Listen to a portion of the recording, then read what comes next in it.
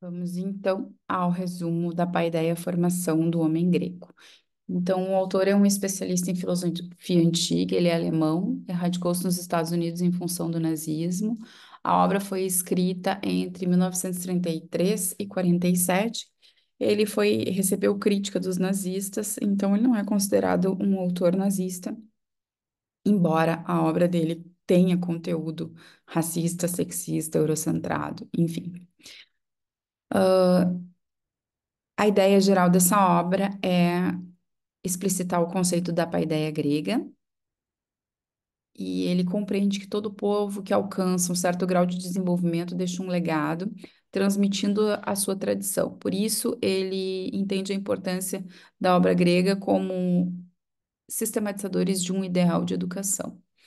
O autor exalta o ideal grego, fundado principalmente nas ideias de Platão, e há aí uma inconsistência grande na obra, na medida em que o Platão é um crítico da sociedade grega e o Platão busca uma nova paideia.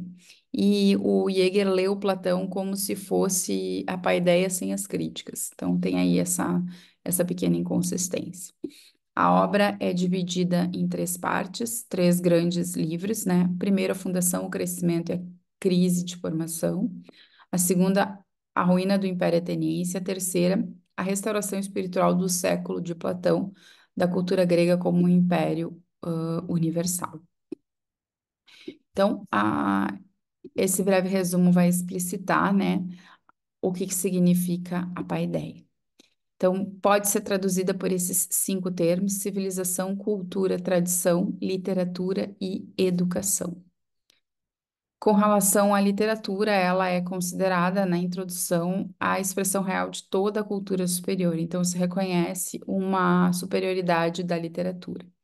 Aqui se aponta também uma inconsistência, na verdade, porque Platão ele é um idealista e moralista e ele critica o ideal de Homero e de Hesíodo por entender que os poemas não nos poemas não se tem o ideal ético de justiça da forma como Platão gostaria, né? Platão entende que as questões humanas, elas que aparecem como traição, como inveja, todas as maldades que aparecem nas tragédias gregas, ele entende que é uma moral duvidosa e que presta um desserviço.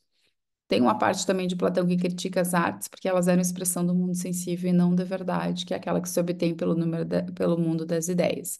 Mas, enfim, como já foi dito, o Jäger faz uma leitura idealizada, sem fazer uma transposição para a atualidade com relação à contribuição do mundo grego nesse ideal. Então, a educação participa na vida e no crescimento da sociedade, tanto no destino exterior como na sua estruturação interna e desenvolvimento espiritual. E uma vez que o desenvolvimento social depende da consciência dos valores que regem a vida humana, a história da educação está essencialmente condicionada pela transformação de valores válidos para cada sociedade. Então, ele traz a palavra em alemão Bildung, que fala formação, configuração, é uma palavra que designa a essência da ação educadora. Então, a educação consiste na modelagem dos indivíduos pela norma da comunidade. Ele defende uma ideia de humanismo e diz que o ideal grego ele não é meramente antropocêntrico, mas sim antropoplástico, um ideal que penetra em tudo, assim como os raios de sol. O antropoplástico aqui no sentido de moldar, né? Os homens gregos não eram profetas de Deus, mas sim mestres independentes do povo e formadores de seus ideais autênticos. A trindade grega, então, era formada pelos poetas, pelos homens do Estado e pelos sábios.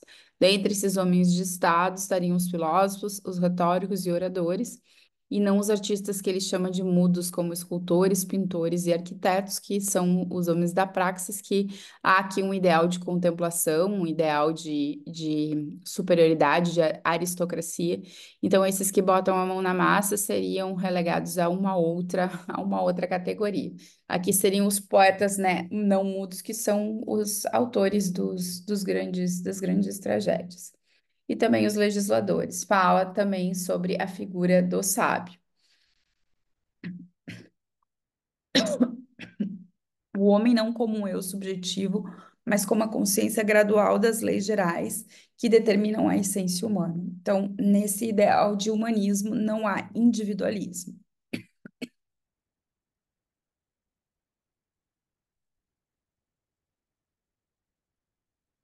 Então, na obra tem um conteúdo, o conteúdo da educação é ao mesmo tempo moral e prático.